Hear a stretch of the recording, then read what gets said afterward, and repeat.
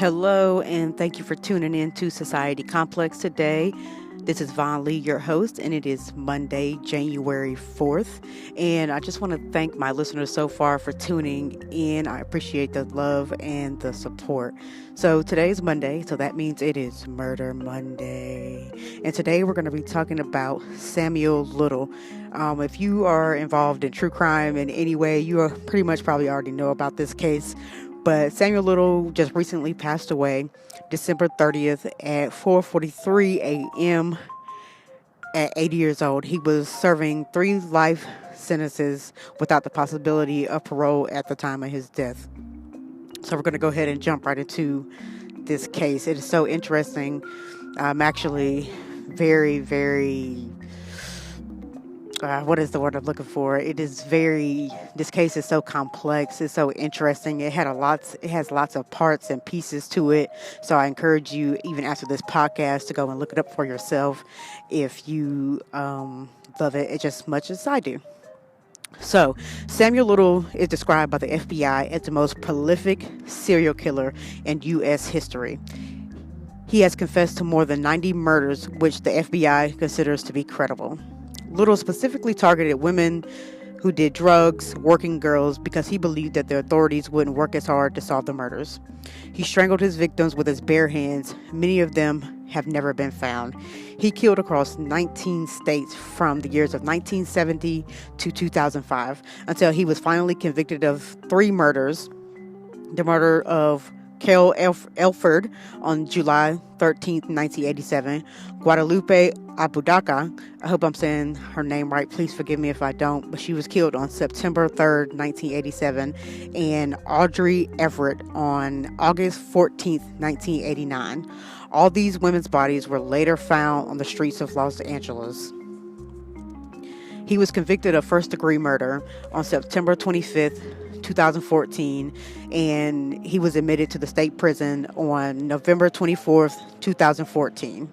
He was serving multiple life sentences while he was imprisoned. He drew colored pictures of at least 30 of his victims. So while he was in prison, like I said, he drew at least 30 pictures, and the pictures were, I guess they called them portraits from the FBI because they were in color.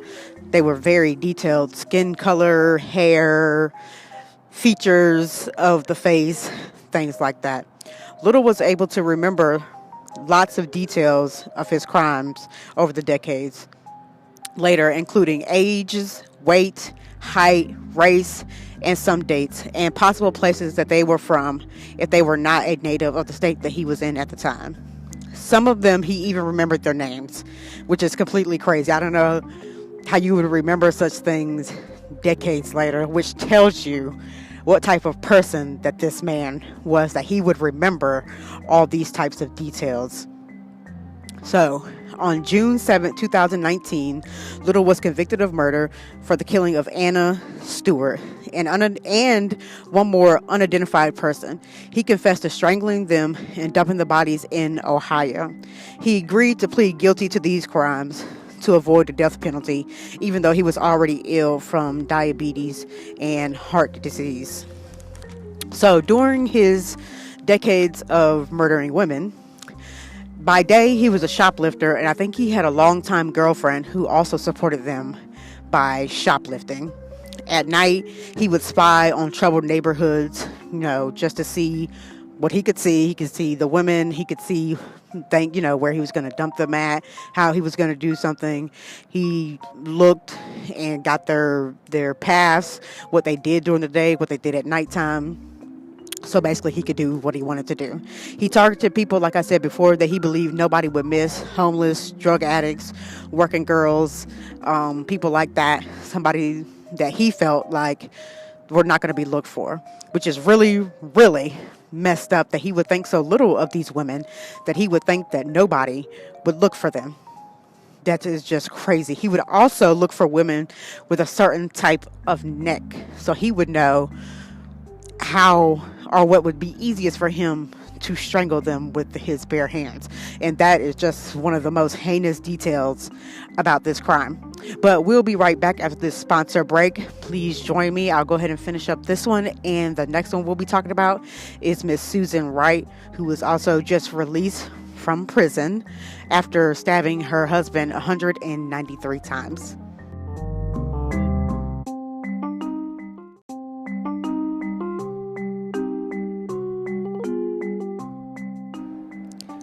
So we are back, and I want to just go right back to Samuel Little. There are no words to how calculating, heinous, and mortifying that this man was.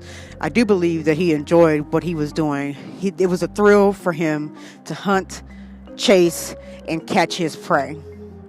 Like I said, I would really encourage you, if you're interested in this, or you're interested in true crime, to go and look up this case, because like I said, there's a lot more parts to it, and I actually will do a second part to this next Monday, so please join me for next Monday murder, and I will go right back into a little bit more detail about some of the things about Mr. Samuel Little.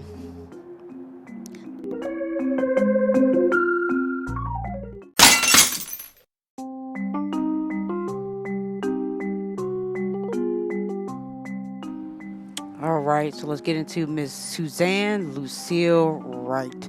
Susan Lucille Wright was born on April 24th, 1976. She was a blonde-haired American woman from Houston, Texas.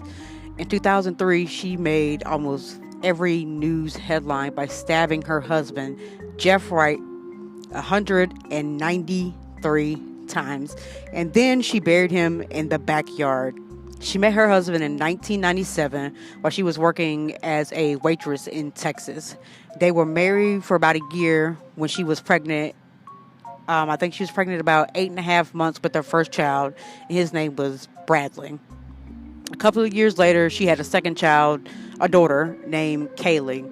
During the first few years of her marriage, Miss Susan Wright claimed her husband had abused her and used illegal drugs. But according to the evidence in January 13th trial of 2003, she was 26. She tied her husband, Jeff, up, he was 34, to their bed and stabbed him 193 times with 2 different knives. Get that? 2 different knives, 193 times. Following this, she dragged his body to the backyard of their home and buried him. And in a crazy attempt to clean it up, she tried painting the walls of the bedroom. She also went to the police station the following day and reported a domestic abuse incident and obtained a restraining order against her husband, who's already dead, by the way, in order to explain his disappearance. And just 5 days later, on January 18th, Susan Wright called her attorney, Mr. Neil Davis, to come to her home, where she admitted to stabbing her husband and burying him in the backyard. Her lawyer, Mr. Neil Davis, informed her that the Harris County District Attorney's Office of the body, and she confessed to the crime. So she did confess to it after she called her lawyer, after she had already killed him, stabbed him 193 times. She went to the police station. She reported the domestic abuse, got a restraining order on her already dead husband. So on January 24th, she turned herself in to the Harris County Court office and was arraigned for the murder charges just a few days following. The trial began on February 24th of 2004, and during her arraignment, she pleaded not guilty to killing her husband by reason of self-defense, because as you remember just a few minutes ago, I said that she reported him as using illegal drugs and abusing her. So the prosecutor, Kelly, had a completely different portrayal of Miss Wright than her defense attorney. In Kelly's eyes, she seduced her husband, then she tied him up and she stabbed him and she buried him in an attempt to have his life insurance money. Meanwhile, her attorney, Neil Davis, portrayed Wright as a woman who had suffered abuse for years by her husband and only killed him to protect herself and her children. So she was going to stick to that story no matter what. So she testified in her own defense. She was very emotional in her testimony, explaining how the night of the murder, her husband was on a cocaine binge and he had allegedly beat her and So, like I said, she claimed that he was been abusing her, but this specific night, she claimed he was on cocaine. He went into a rage and was abusing her on this night. Others testified on Wright's behalf, including her mother. But Kelly was not impressed by Susan Wright's testimony and believed that her tears were faked to elicit sympathy from the jury. In her attempt to convey her point to the jury, Kelly did a unusual demonstration. If you know anything about this case, she actually had the actual bed in the courtroom from the murder scene. She used her co-counsel to depict how she believed that the events occurred on that night. She actually got on this bed that she brought into the courtroom, the actual bed, and I think there was like a mannequin on the bed, and she stabbed the mannequin to show what she believed had happened.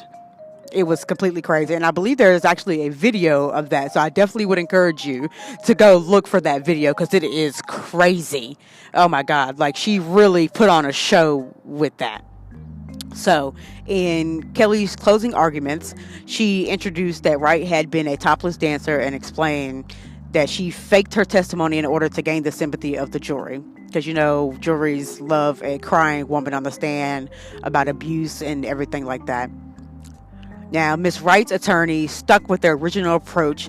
They allegedly claimed that she was a battered woman who was only trying to protect herself and her children in self-defense. But after 5.5 hours of deliberations on March 3rd, 2004, Susan Wright was convicted of murder. She was sentenced to 25 years in prison, and her conviction was upheld in 2005 by the 14th Appeals Court of Texas. So she did try to appeal, but it was a no-go. And she did another reappeal in 2008 with new witnesses that presented her side of the story, which was the abuse by her ex-fiance, Mr. Wright. In 2009, the court granted her a new sentencing, determining Wright's counsel rendered ineffective assistance during the punishment phase of her trial. So, on November 20th, 2010, her original sentence went from 25 years to 20, making her eligible for parole in 2014. On June 12th, 2014, she was denied parole, and she was denied parole again on July 24th, 2017. Her next parole review was in July 2020. As far as true crimes go, this one is definitely crazy. I mean, she stabbed her husband. She tied him up. She stabbed him 193 times. And then she stabbed him with 2 different knives. So I'm not sure, like I said, if it's true, not true. But at the end of the day, you stabbed him with 2 different knives. So can you really say that was in self-defense? Because you had to drop one and get the other. So I'm not really convinced all the way that this was actually true. And I'm not saying, don't get me wrong, I'm not saying that she wasn't abused. I'm not saying that because I don't know. But I do know on this night, I mean, she could have just flew into a rage, and she could have just been tired of it and decided to kill him, even though he may not have been abusing her on that night. But I don't know. I guess, like I said, we'll probably hear more about this. I know she just recently was let out of prison, and they are pretty much badgering her right now. But I think one of her comments was, let her live and please leave her family alone, and that they can ask her everything that she wants to do. But she is requesting privacy right now for her and her family. So that's it for me today. Thanks for listening, and tune in tomorrow for Toss Up Tuesday. Thanks for listening, guys.